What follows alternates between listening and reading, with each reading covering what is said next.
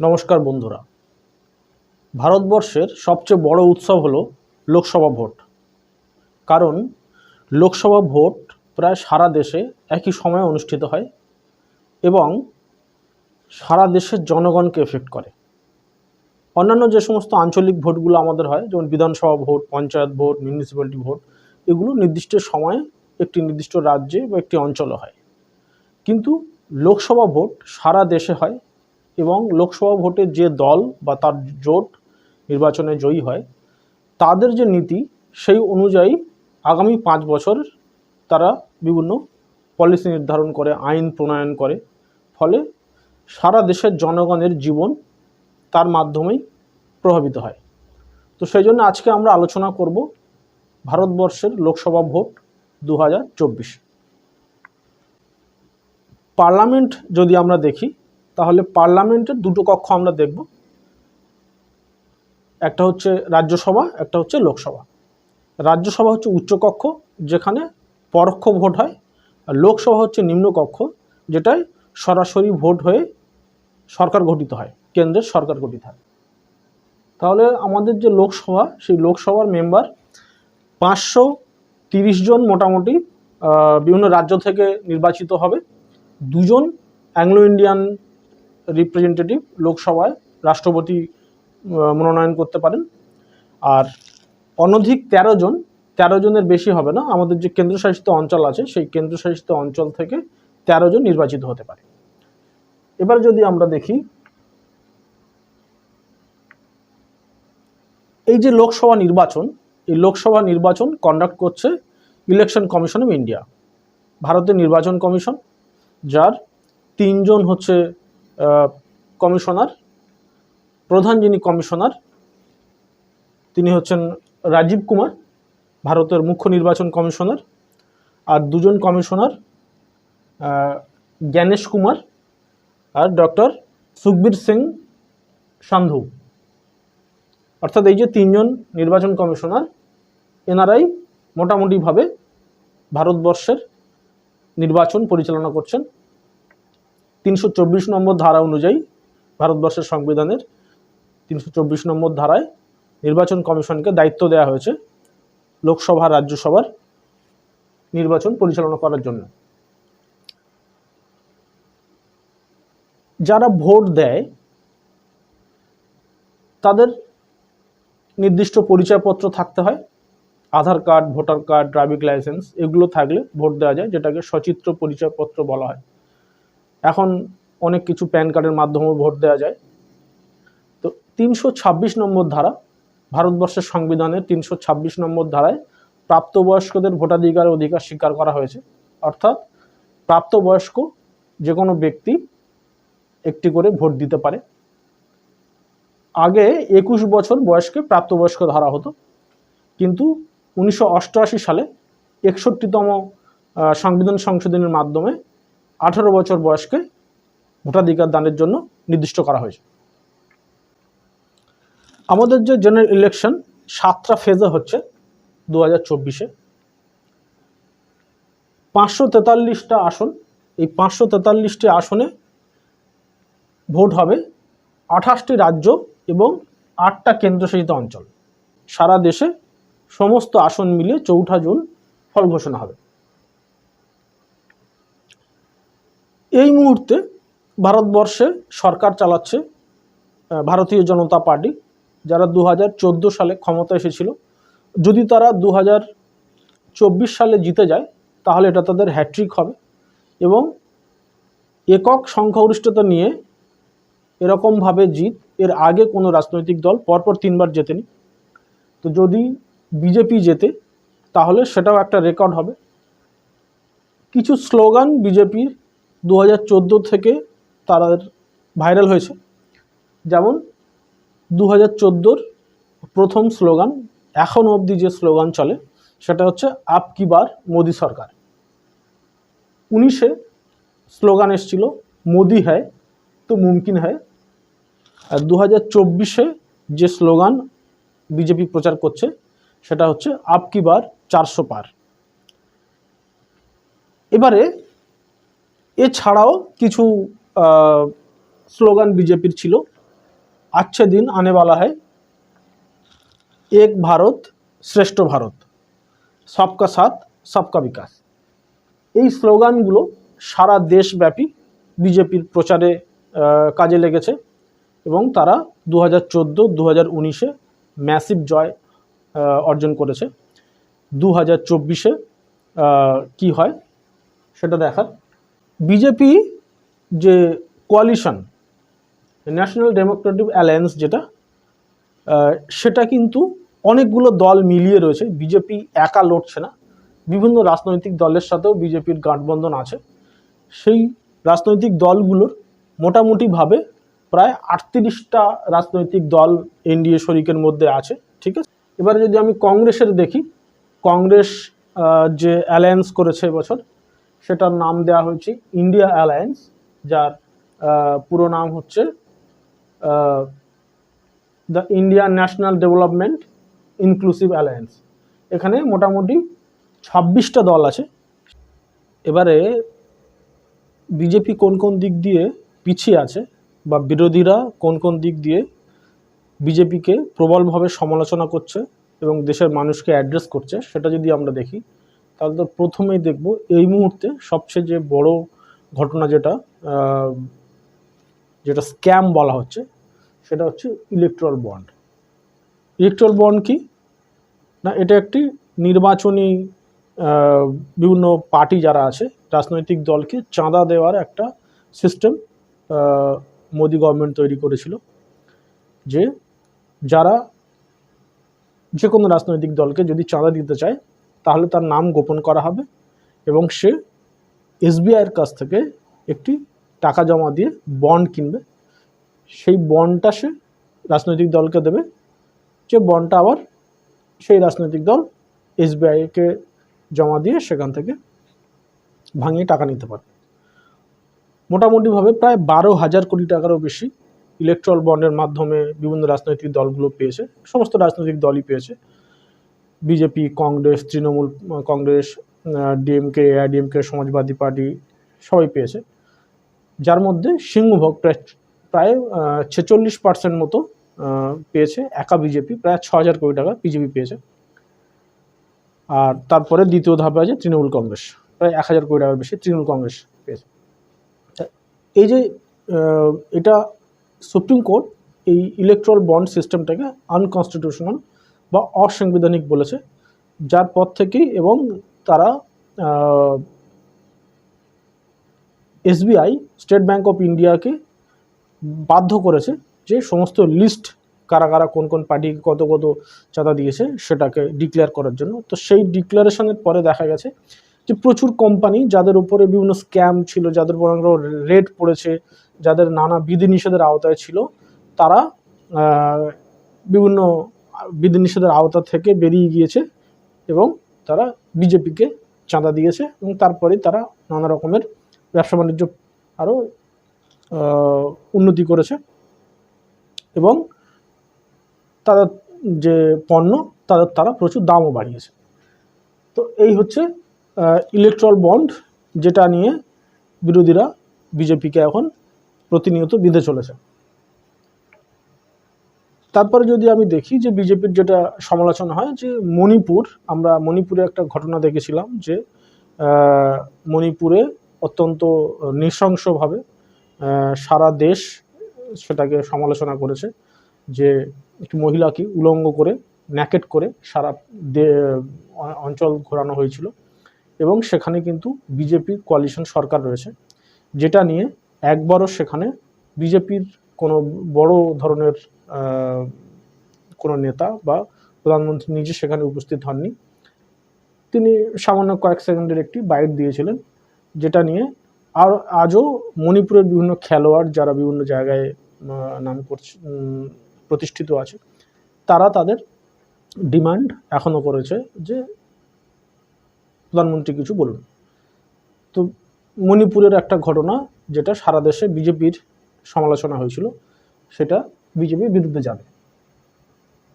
দ্বিতীয়ত যদি বলি, যে 2019-এর লোকসভা পর্যন্ত কংগ্রেস অনেক ছন্নছাড়া ছিল এবং রাহুল গান্ধী তার যে একটা ট্যাগলাইন ইউজ করা হয় যে পাপ্পু, অর্থাৎ নাদান বালক, সে রাজনীতির তেমন প্রাজ্ঞ নয়, রাজনীতিতে তার তেমন নেই, অভিজ্ঞতা নেই, এবং সে সঠিক সময়ে সঠিক কথা বলতে পারে না।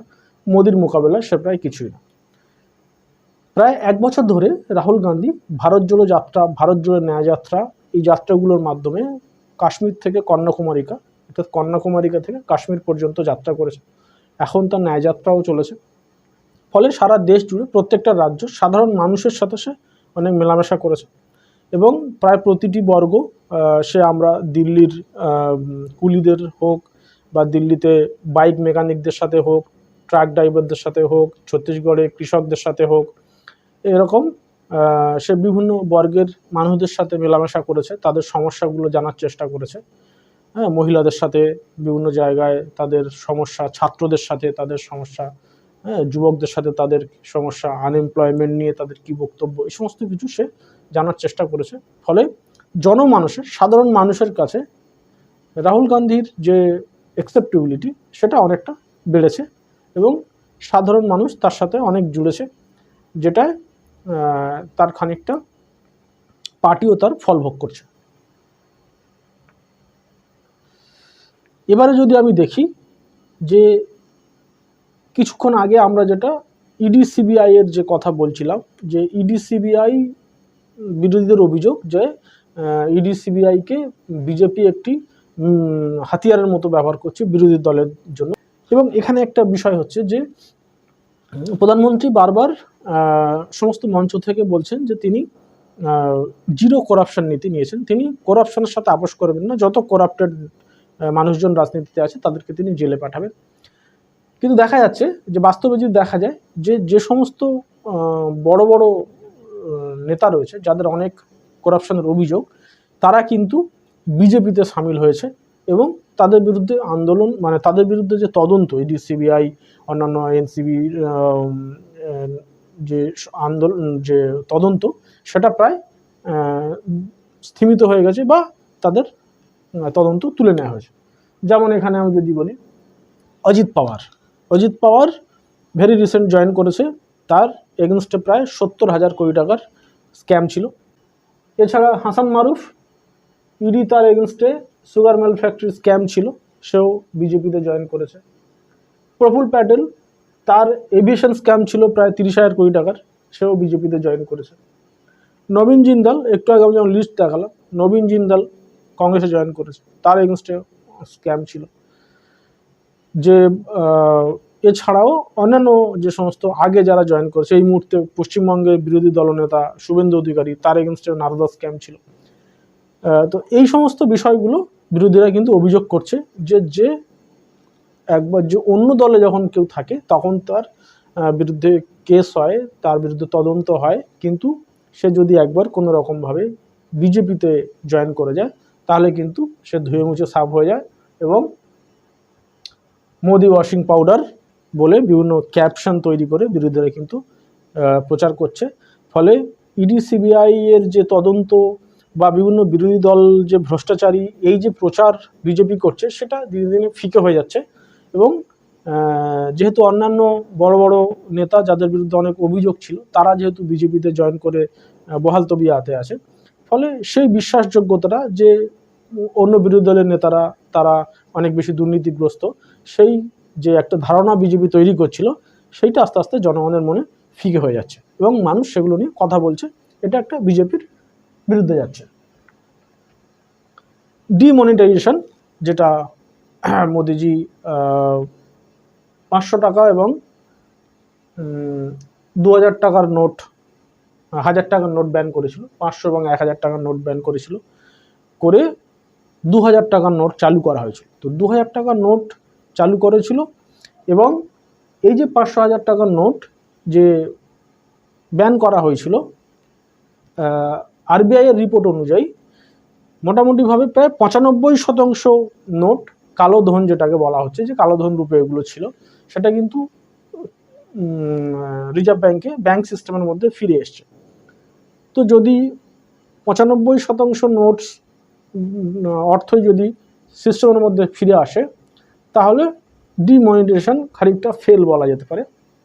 এছাড়াও 2000 টাকার যে নোট চালু হয়েছিল সেই 2000 টাকার নোট কিন্তু খুব বেশি দিন সরকার চালাতে পারেনি, কারণ সেটাও এত বেশি পরিমাণ চলছিল, মানে নকল হচ্ছিল, যে সরকার বাধ্য হয়ে 2000 টাকার নোটও বাতিল করেছিল।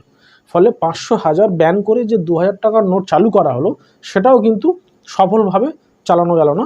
ফলে ডিমনিটাইজেশন বেশিরভাগ রাজনীতি বিশেষজ্ঞদের মতে সেটা ফেল প্রজেক্ট। কোভিড-19 যদি আমি বলি, যে কোভিড-19 সরকার সহায় মোকাবিলা করতে পারেনি। গঙ্গায় হাজার হাজার লাশ এরকমভাবে পুঁতে দেওয়া হয়েছিল, মানুষকে সঠিক পরিষেবা দেওয়া যায়নি, সেই পরিমাণ ইনফ্রাস্ট্রাকচার দেশের ছিল না, সেই পরিমাণ হাসপাতাল ছিল না, সেই পরিমাণ বেড ছিল না, অক্সিজেন, ওষুধ সমস্ত কিছু ছিল না।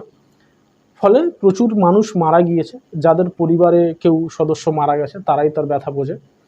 তো সেটা এছাড়া আমরা পরিযায়ী শ্রমিকদের দীর্ঘ পথ চলা, দিল্লির থেকে হেঁটে বিহারে ফেরা, সাইকেলে করে দিল্লি থেকে বিহারে এসছে, মুম্বাই থেকে বিহারে এসছে, হঠাৎ লকডাউন চালু হওয়ায় হাজার হাজার লক্ষ লক্ষ শ্রমিক মুম্বাই স্টেশনে বাস টার্মিনালে দাঁড়িয়ে আছে, এসব ছবি আমরা দেখেছি। হ্যাঁ, কাঁধে শিশু নিয়ে সাধারণ মানুষ হাঁটছে, ঠিক আছে, দীর্ঘ পথ যাত্রা করছে, তাদের কাছে জল পর্যন্ত নেই, খাবার টাকা পর্যন্ত নেই। অনেক জায়গায় শ্রমিকদের বাড়ি ফেরানো হয়েছে বিভিন্ন সরকারের মাধ্যমে, রাজ্য সরকারগুলো ট্রেন পাঠিয়ে বিভিন্ন জায়গার থেকে শ্রমিকদেরকে নিয়ে এসছে, এমনকি সেই ট্রেনের ভাড়াও নিয়েছে রেল, সেগুলো খবরে প্রকাশ পেয়েছে। তো এইটার একটা নেগেটিভ এফেক্ট রয়েছে।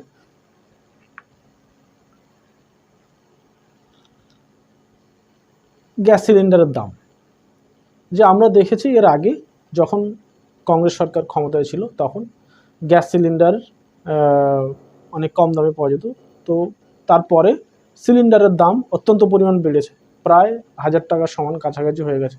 কমার্শিয়াল সিলিন্ডারের দাম আরও বেশি, ফলে রেস্টুরেন্টের খাবার দাবার অন্যান্য জিনিসপত্র যেগুলো কমার্শিয়াল গ্যাসে চলে সেগুলোর দামও বেড়েছে। ফলে মানুষের হেঁসেলে টান পড়েছে। কেবলমাত্র গ্যাস নয়, শুধু মানে এলপিজি নয়, পেট্রোল, রান্নার সামগ্রী, নিত্য প্রয়োজনীয় জিনিস, প্রত্যেকটা জিনিসের দাম বেড়েছে। ফলে নিম্নবিত্ত মানুষ থেকে মধ্যবিত্ত সবারই হাঁসফাঁস অবস্থা। তো জিনিসপত্রের দাম এত অত্যন্ত পরিমাণ বৃদ্ধি পেয়েছে যে সেটা কিন্তু একটা সরকারের প্রতি মানুষের একটা ক্ষোভের তৈরি করেছে। পাঞ্জাব, হরিয়ানা, রাজস্থান এই জায়গাগুলোয় যে কৃষকের বেল্ট আছে, বিশেষ করে তাদের মিনিমাম গ্যারান্টি মূল্য এমএসপির উপরে তারা আইন চায়, সেজন্য দীর্ঘদিন ধরে তারা দিল্লির রাস্তায় ধর্ণা দিয়েছে, প্রায় 700 কৃষক মারা গিয়েছে, এবং ভেরি রিসেন্ট আবার তাদের দাবি অনুযায়ী আন্দোলন করেছে। তো এই কৃষক আন্দোলনও কিন্তু সরকারের ইমেজে অনেকটা এফেক্ট করেছে, যে সরকার কৃষকদের নয়, তারা কর্পোরেটদের কথায় চলছে। কৃষাণ সাধারণ মানুষের যে জিনিসপত্র, তাদের যে খাদ্যদ্রব্য, সেই যে কৃষক তারা যে উৎপাদন করে, সেই প্রত্যেকটা জিনিসে সেচের ব্যবস্থা, জল, সার, বিভিন্ন জায়গায় সরকার জিএসটি বসিয়েছে। তো সেই জায়গাগুলোতে কিন্তু সাধারণ যে ইমেজ সরকারের, সেটার উপরে একটা এফেক্ট এসছে। ফলে কৃষক আন্দোলন সরকারের একটা নেগেটিভ মুখ তুলে ধরছে, এটা বিজেপির বিরুদ্ধে যেতে পারে। ছাত্রদের যদি বলি, তাহলে আনএমপ্লয়মেন্ট এই সময় একটা বড় ইস্যু। দেশে এই মুহূর্তে 45 বছরের সবচেয়ে বেশি বেকারি, সারা দেশ জুড়ে প্রচুর কেন্দ্র এবং রাজ্য সরকারের প্রচুর পদ খালি পড়ে আছে, সেই পদগুলো পূরণ হচ্ছে না, সরকার ঠিকঠাক পরীক্ষা নিচ্ছে না, যে পরীক্ষাগুলো নিচ্ছে সেখানেও পেপার লিক হচ্ছে, আগে থেকে প্রশ্ন বেরিয়ে যাচ্ছে, সেটা মোবাইলে হোয়াটসঅ্যাপে ঘুরছে। ফলে যারা দীর্ঘদিন ধরে পরিশ্রম করে অনেক কষ্ট করে পরীক্ষার প্রস্তুতি নিচ্ছে, তাদের মনোবলে আঘাত করছে, তাদের স্বপ্ন ভেঙে যাচ্ছে। তো সেই জায়গায় এটা একটা বিজেপির একটা বিরুদ্ধে একটা ক্ষোভ তৈরি হচ্ছে। সাধারণভাবে ছাত্ররা আন্দোলন করছে বিভিন্ন সময়। কারণ সরকার যখন প্রথম গঠন করেছিল বিজেপি, তাদের প্রধানমন্ত্রী প্রতিশ্রুতি দিয়েছিলেন যে তিনি বছরে 2 কোটি চাকরি তৈরি করবেন, কিন্তু সেই অবকাশ তৈরি হয়নি। এমপ্লয়মেন্ট বাড়ার চেয়ে আনএমপ্লয়মেন্ট বেশি বেড়ে গেছে, এটা বিরোধীরা অভিযোগ করে চলেছে। অগ্নিবীর একটা স্কিম নিয়ে এসছে যে 4 বছরে একজন ভারতীয় সেনাবাহিনীতে যোগ দিতে পারে, 4 বছর পরে তার রিটায়ারমেন্ট হবে, তার মাইনের একটা অংশ কেটে নেওয়া হবে, সে প্রায় 13 থেকে 15 লক্ষ টাকা একসাথে পাবে এবং তাকে অন্যান্য চাকরির ক্ষেত্রে কিছুটা যদি সে বসতে যায় তাহলে তার বেনিফিট দেওয়া হবে। তো এই যে অগ্নিবীর, এই স্কিমের বিরুদ্ধে সরকারকে সমালোচনা করা হচ্ছে যে আর্মির মতো একটা জায়গা যেখানে দেশের সুরক্ষা নিয়ে প্রশ্ন, সেখানে মাত্র 6 মাসের ট্রেনিং দিয়ে মাত্র 4 বছরের জন্য একটা ছেলের তাকে নিয়োগ করে একটা দেশের শক্তিশালী সেনাবাহিনী তৈরি করা যায় না। কারণ 19-এর আগে আমরা দেখেছি পুলওয়ামার ঘটনা ঘটেছে। তো সৈনিকরা এভাবে মারা যাচ্ছে যেখানে, সেখানে অগ্নিবীরের মতো একটা স্কিম যেখানে সেই রকমভাবে ট্রেনিং, তাদের অভিজ্ঞতা, তাদের যে কঠোর পরিশ্রম, সেই জায়গায় মাত্র 4 বছরে তাদের নিয়োগ করে সে একজন দক্ষ সৈনিক হয়ে উঠতে পারে না। তো ফলে ইন্ডিয়ান আর্মি, যেটা ভারতের পৃথিবীর 2য় বৃহত্তম স্থল বাহিনী, তাদের সুরক্ষার ক্ষেত্রে খানিকটা কম্প্রোমাইজ করা হচ্ছে বলে বিরোধীরা অভিযোগ করছে। বিজেপি যখন ক্ষমতায় আসে তখন প্রধানমন্ত্রীর একটি বক্তব্য ছিল, নারা ছিল যে চায়না কো লাল আঁখ দিখাউঙ্গা। পরবর্তীকালে বিজেপির সাথে চায়নার সাথে উত্তর পূর্ব সীমান্তে টেনশন তৈরি হয়েছে।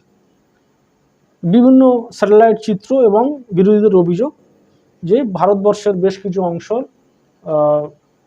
চীন দখল করে নিয়েছে। গালওয়ান ভ্যালি,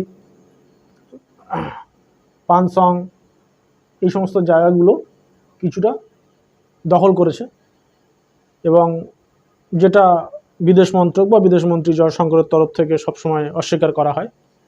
কিন্তু বিরোধীরা দাবি করে যে সমস্ত মিডিয়ার সাথে বিরোধী প্রতিনিধি দল সেটা ওই অঞ্চলে পাঠানো হোক ক্যামেরা সহ, তাহলে কি আছে কি না আছে সেটা পরিষ্কার বোঝা যাবে। কারণ লাদাখের একটা অংশের জনগণ তারাও বলা শুরু করেছে যে চায়না অনেকটা ভিতরে ঢুকে এসছে। তো এইগুলো নিয়ে এবং বিভিন্ন বিরোধী দল নেতা তারা বিভিন্ন ইন্টারভিউতেও ক্রমাগত এই অভিযোগ করছে, ঠিক আছে। তো এইগুলো একটা সরকারের পলিসি, ফরেন পলিসি নিয়েও প্রশ্ন তৈরি করছে। হ্যাঁ, এছাড়া চায়নার সাথে সাথে এই মুহূর্তে নেপাল, পাকিস্তান, বাংলাদেশ, এই সমস্ত জায়গাতেই ভারতের টেনশন রয়েছে। পাকিস্তান তো চিরশত্রু, তাদের সাথে টেনশন রয়েছে। এছাড়া বাংলাদেশেও এখন ইন্ডিয়া আউট মুভমেন্ট চালু হয়েছে। এছাড়া আমরা কিছুদিন আগেই দেখেছি যে মালদ্বীপসও ইন্ডিয়া আউট ক্যাম্পেইন চালু হয়েছে। সেই ইন্ডিয়া আউট ক্যাম্পেইন চালু হওয়ার পরেই কোনো প্রধানমন্ত্রী যখন প্রথম মালদ্বীপসের ক্ষমতায় বসে, সে তার প্রথম ফরেন ট্রিপ বা কূটনৈতিক সফর করে ভারতবর্ষে, কিন্তু এবছর যেটা করেছে চায়নাতে। অর্থাৎ পরিষ্কার বোঝা যাচ্ছে চায়না আমাদের প্রতিবেশী দেশগুলোকে ইন্ধন দিচ্ছে যাতে তারা ভারতের সাথে সম্পর্ক ত্যাগ করে চায়নার সাথে সম্পর্ক মজবুত করে। এবং চায়নার সাথে আমাদের এত টেনশন থাকা সত্ত্বেও চায়না কিন্তু একটা $1 বিলিয়ন, কোটি টাকার এক্সপোর্ট করছে ইন্ডিয়ায় এবং ইন্ডিয়া থেকে সে ব্যবসা করে নিয়ে যাচ্ছে, যেটাও বিরোধীরা সমালোচনা করছে।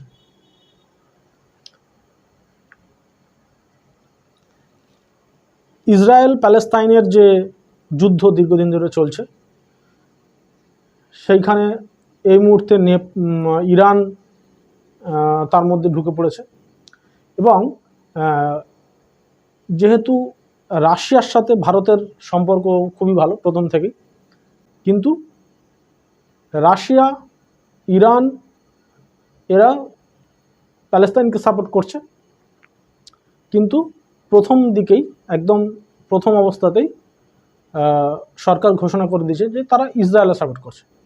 এর ফলে কি হচ্ছে, প্রতিবেশী দেশ এবং মধ্যপ্রাচ্য, যেখানে কয়েক কোটি ভারতীয় কাজ করে, তো সেই মধ্যপ্রাচ্যের দেশগুলো তারা প্যালেস্তাইনকে সাপোর্ট করে, এবং এই মুহূর্তে সবচেয়ে বড় মিত্র এবং এই মুহূর্তে বিশ্বের সবচেয়ে বড় সুপার পাওয়ার রাশিয়া, তারাও কিন্তু প্যালেস্তাইনকে সাপোর্ট করছে, কিন্তু ভারত ইসরায়েলকে সাপোর্ট করছে।